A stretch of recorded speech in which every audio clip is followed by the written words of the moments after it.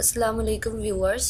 आज हम डॉन का एडिटोरियल रीड करने जा रहे हैं। एग्रीकल्चर वूस, वो कहते हैं सर दर्द को, मतलब कि एग्रीकल्चर के अंदर जो परेशानी आ रही है उससे रिलेटेड ये एडिटोरियल है। 19 अक्टूबर का स्टार्ट करते हैं। Pakistan agriculture sector has been in distress for a very long time owing to poor policies and official neglect और पुअर पॉलिसीज़ की वजह से पाकिस्तान का जो एग्रीकल्चर सेक्टर है बहुत अरसे से डिस्ट्रक्शन का शिकार हुआ है। This is reflected in dwindling crop yields. Dwindling means होता है साइज़ में कम हो जाना। तो ये इसकी डिस्ट्रक्शन साइज़ में कमी के तौर पे नज़र आ रही है। Decrease farm incomes and increase rural poverty and food prices. Crop की यील्ड का साइज़ कम हो रहा है, उसके अलावा फार्म इनकम्स कम हो रही है और रूरल पावर्टी, देहाती इलाकों के अंदर गुर्बत बढ़ती जा रही है क्योंकि खाने पीने की अशिया के पैसे बढ़ रहे हैं, महंगाई हो रही है। Consequently, the share of agriculture in the GDP has diminished to 19% from 27% in the last 2 decades.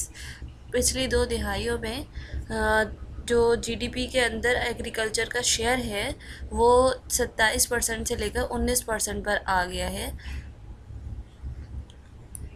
Hence, when the Minister for National Food Security and Research, Syed Faqar Imam, blames past government for having neglected this important sector, it's difficult to disagree with him. जो minister हैं national food security और research के, सैयद फ़खर इमाम, जब वो blame करते हैं पिछली गवर्नमेंट को कि उन्होंने इस इम्पॉर्टेंट सेक्टर के ऊपर तवज्जो नहीं दी, इसे नेगलेक्ट कर दिया, तो ये मुश्किल है कि उनके साथ डिसएग्री किया जाए। But the question is, what has stopped the present administration from revamping the sector and reforming official agriculture policies to tackle the issues it has been facing? लेकिन सवाल ये बनता है कि जो अभी की गवर्नमेंट है, रिवैम्पिंग कहते हैं इम्प्रूव करने को, जो अभी की गवर्नमेंट है, हालिया गवर्नमेंट, उसे किसने रोका है कि वो इस सेक्टर को इम्प्रूव ना कर सके? क्या ऐसी चीज़ें हैं जो वो इसके इश्यूज़ टैकल नहीं कर पा रहे हैं?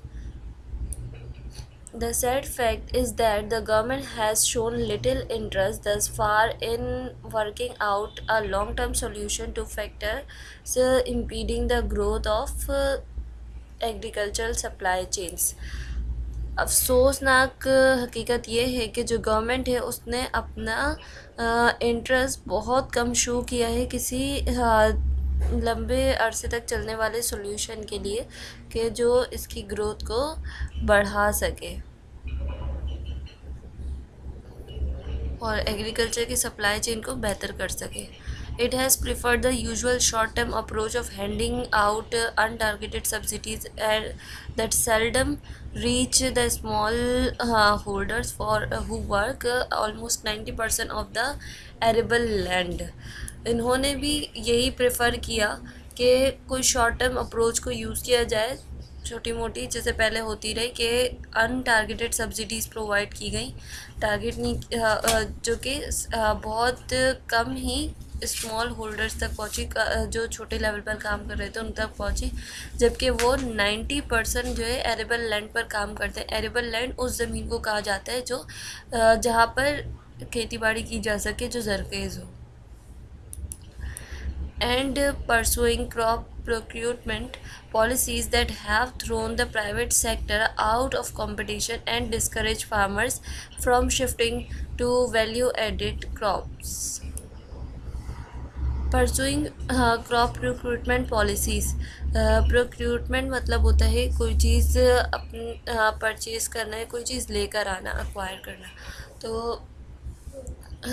किसी क्रॉप को लेकर आने के लिए कोई पॉलिसीज़ हो that have thrown the private sector, उसने जो है प्राइवेट सेक्टर को कंपटीशन से बिल्कुल आउट कर दिया है और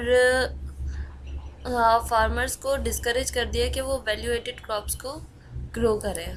मिस्टर इमाम claim that the government is working on policies for the development of agriculture in order to create an environment in which farmer get a fair return on their produce remains to be tasted।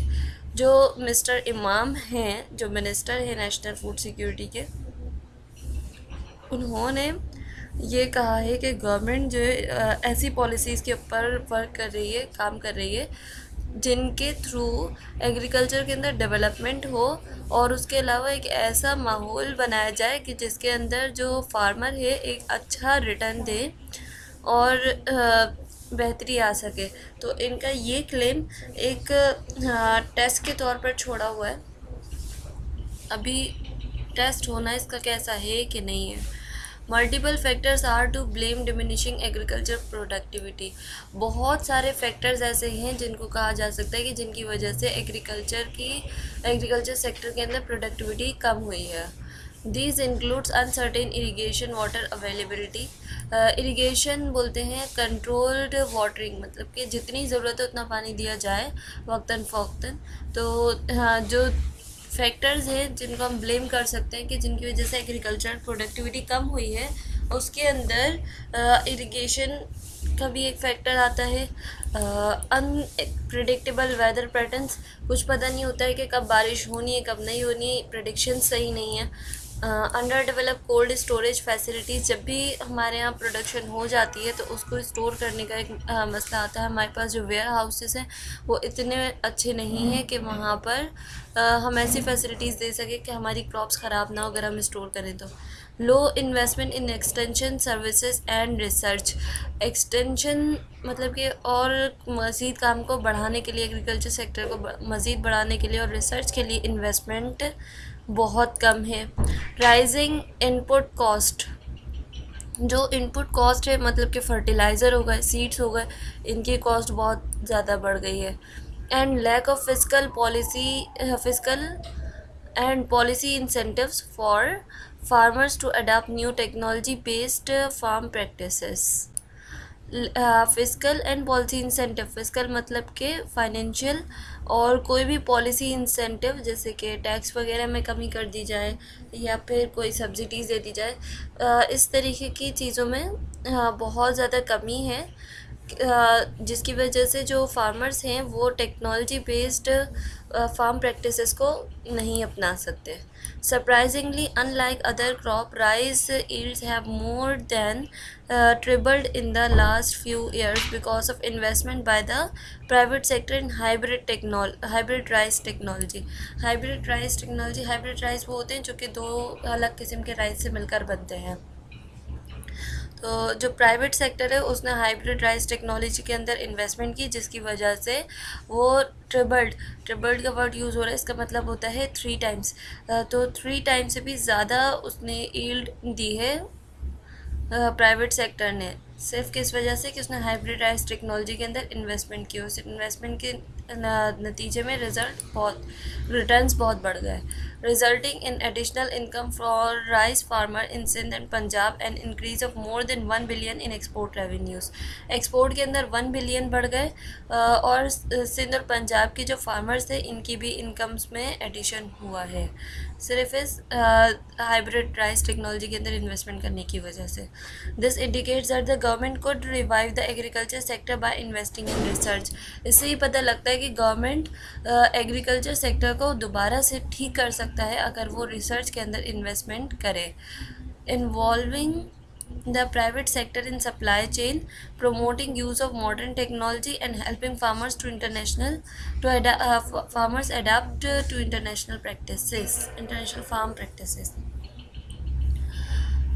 Research के अंदर invest करें और private sector को supply chain के अंदर involve करे, उसके अलावा मॉडर्न टेक्नोलॉजी को यूज़ करने के लिए फार्मर्स को हेल्प करे। ये सारी प्रैक्टिसेस क्या करेंगे, एग्रीकल्चर सेक्टर को रिवाइव करने के लिए हेल्प आउट करेंगे। Agriculture is still main stay of Pakistan economy. अब भी पाकिस्तान की मईशत एग्रीकल्चर सेक्टर के ऊपर डिपेंड करती है। मेन स्टे मतलब डिपेंड करना। As it employs over 40% of the workforce, क्योंकि ये 40% की लेबर को जगह देती है अपने पास काम करने के लिए। Provides raw material for more than 2/3 of merchandise export. 2/3 का रेशो है मर्चेंडाइज एक्सपोर्ट में, जिसका raw material agriculture sector provide करता है। And can help eradicate poverty, उसके अलावा पावर्टी को ख़त्म भी कर सकता है। And hunger besides ensuring food security, और जो हंगर है लोगों के अंदर उसको भी ख़त्म कर सकता है फूड सिक्योरिटी को मेंटेन करके। Further neglect of the sector will have huge consequences for both farmers and the economy. अगर इसको मज़ीद नेग्लेक्ट किया जाता रहा इस सेक्टर को तो बहुत बुरे नताइज होंगे फार्मर्स के लिए भी, किसानों के लिए भी, और उसके अलावा मुल्क की मईशत के लिए भी। ये हमारा फर्स्ट एडिटोरियल ख़त्म होता है। Thank you so much. अल्लाह हाफ़िज़।